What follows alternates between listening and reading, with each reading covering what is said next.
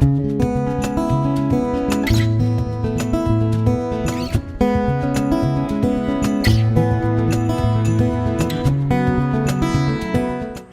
Pete from Cheap Homesteading. I'm on the front porch today, and I'm just wanted to talk to you guys about food shortages.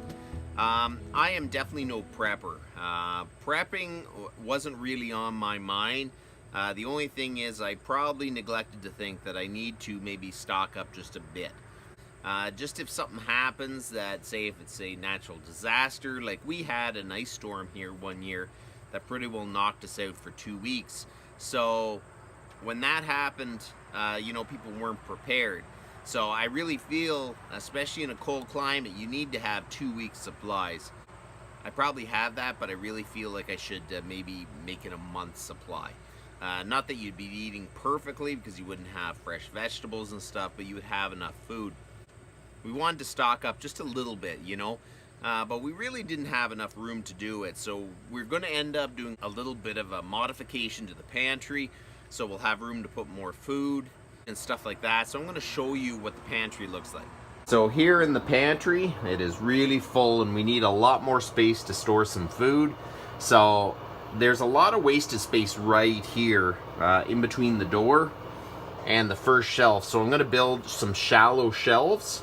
They're going to be 8 inches deep and big enough to put at least a cereal box on. And then over here, we bought some wire basket shelving that we're going to install on the wall up here.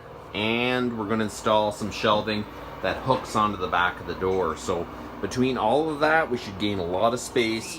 As you can see, we had limited space in the pantry. I mean, we could shove stuff anywhere in the house. The house is big enough to do that.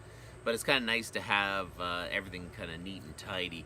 And it makes my wife happy too. So we're going to modify some of the shelving in the pantry so we can store more food. I'm really feeling that it is kind of important to store a little more food because especially in a cold climate like where I live, you probably should have at least 2 weeks of stores just in case you have an ice storm or something happens. I'm really sorry about the noise out here. The noise is crazy. My new neighbor's building a house and the traffic for some reason is really busy today.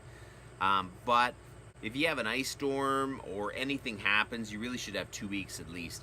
So I'm going to try to bump it up to about a month's worth. By the end of the month, we wouldn't be eating very well because you won't be able to get vegetables and stuff, but I want to have enough food to survive a month.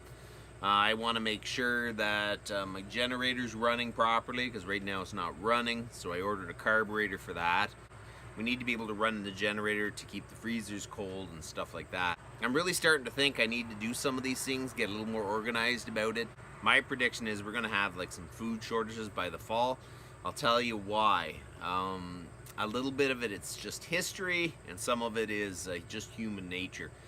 The last election in the US, there was just protests after it. The people that were protesting, I don't think they thought Trump was going to win.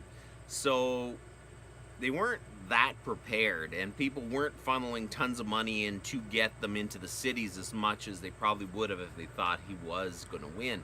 They had 4 years to think about it. And my guess is if Trump wins, there's going to be social unrest like you probably haven't seen. And you're probably wondering, you live in Canada, so what does that matter to you? Well, it really does matter because most of our food gets trucked up through the US. So if there is massive civil unrest, the trucks are going to have a hard time coming up through the US to supply Canada, and it's going to get really, really tough.